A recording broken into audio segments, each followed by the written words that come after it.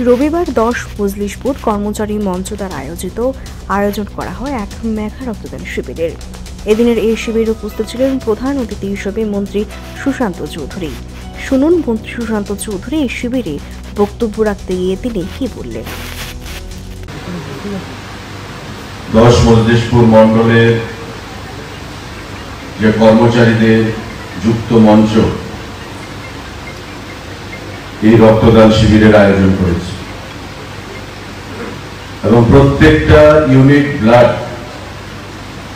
প্রতিটা drop of blood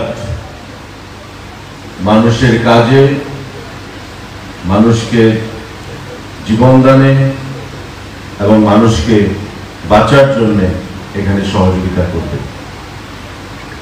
যদিও রাজনৈতিকভাবে আমাদের কর্মকাণ্ড অনেকটাই বন্ধ রাখা হয়েছে, কিন্তু রক্তদানকে আমরা রাজনৈতিক কর্মকাণ্ড হিসেবে ধরি না বা আলোচনাও করি না, কারণ এটা মানব কল্যাণ। আপনারা অনেকক্ষণ ধরে অপেক্ষা করছেন,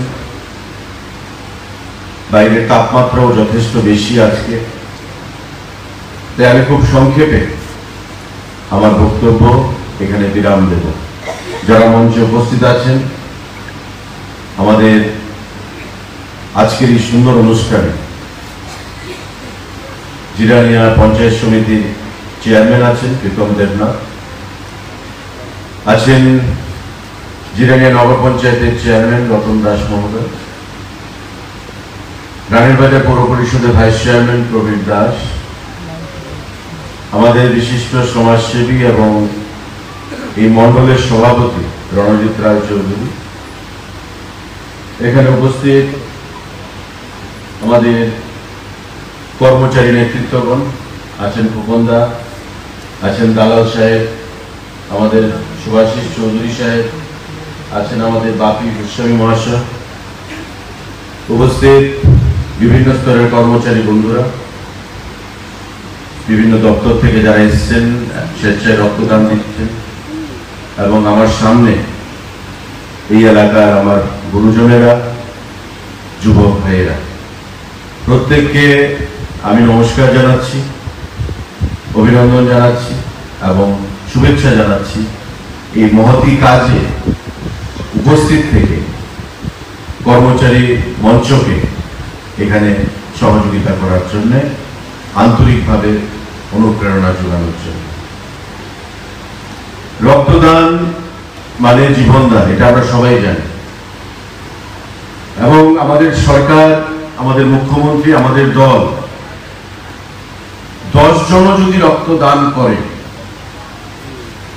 আমরা সেখানে উপস্থিত হই, কারণ এটা একটা এমন জিনিস যে যার কোনো বিকল্প নেই।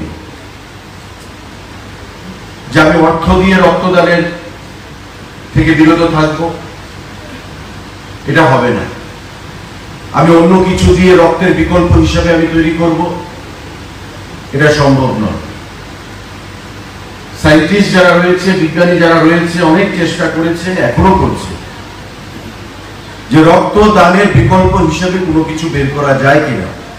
ডাইরেক্ট যে আমাদের ট্রান্সফিউশন, আমাদের যে ডাইরেক্ট রক্তটা একটা শরীর থেকে আরেকটা শরীরে যাচ্ছে, বা একটা শরীর থেকে রক্ত নিয়ে আমি আরেকজনকে দিচ্ছি, এর বাইরে ওষুধের মাধ্যমে, ইনজেকশনের মাধ্যমে বা অন্য কোনোভাবে তার বিকল্প তৈরি করা যায় কিনা।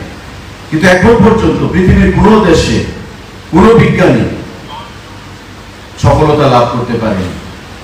এটা আমার থেকে আপনার, আপনার থেকে আমার, এভাবে নিয়েই মানুষের যে চাহিদা, মানুষের যে প্রয়োজনীয়তা, সেটাকে আমাদের তুলে ধরতে হবে এবং মানুষের পাশে আমাদের দাঁড়াতে হবে।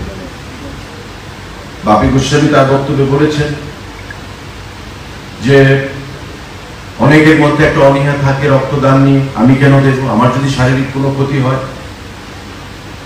অনেকে আবার ভাবেন যে আমার শরীর থেকে রক্তটা বেরিয়ে গেলে এই রক্তটা তো আর হবে না, আমার মা বাবা আমাকে খাইয়ে আমাকে স্বাস্থ্যবান বানিয়েছে, শরীরে রক্ত হয়েছে, আমার এই রক্ত যদি দিয়ে দিই, আমি কেন দেবো অন্যকে রক্ত।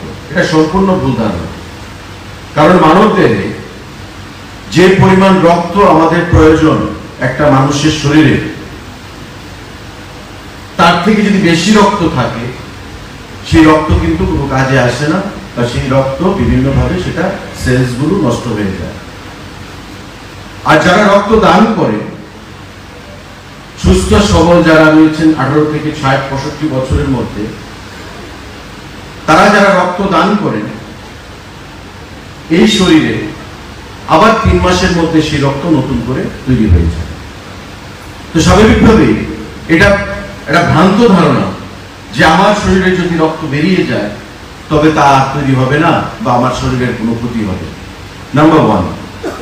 নাম্বার 2, আমি যেটা বলেছি, বা আমাদের এখানে প্রত্যেকে পরিবার রয়েছে, আত্মীয় স্বজন রয়েছে, পরিজনেরা রয়েছে, আমরা যারা সামাজিক জীবনে রয়েছি, রাজনৈতিক জীবনে রয়েছি, রাত্র 12টা 1টা সময় নেই, অনেক সময় ফোন আসে, হোয়াটসঅ্যাপ গ্রুপে মেসেজ আসে, এবি পজিটিভ ব্লাড দিতে হবে, বি পজিটিভ ব্লাড দিতে হবে, আমার মার অপারেশন আটকে আছে রক্তের জন্য, আমার বাবার অপারেশন আটকে আছে রক্তের জন্য, ট্রিটমেন্ট হচ্ছে না রক্তের জন্য, ডাক্তারবাবুরা বলেছেন যে আপনারা রক্তটা তৈরি করুন, মানে ম্যানেজ করুন, তারপরে আমরা অপারেশনে হাত দেব। ব্লাড ব্যাংকে রক্ত পাওয়া যাচ্ছে না, কিন্তু রোগীর অপারেশন করতে হবে, মুমূর্ষু রোগী। তো আমাদেরকে যখন বলে এই কথা, আমরা কি করি? আমাদের যারা বন্ধু বান্ধব বা আমাদের গ্রুপে, হোয়াটসঅ্যাপ গ্রুপে, পরিচিত রাজনৈতিক জীবনে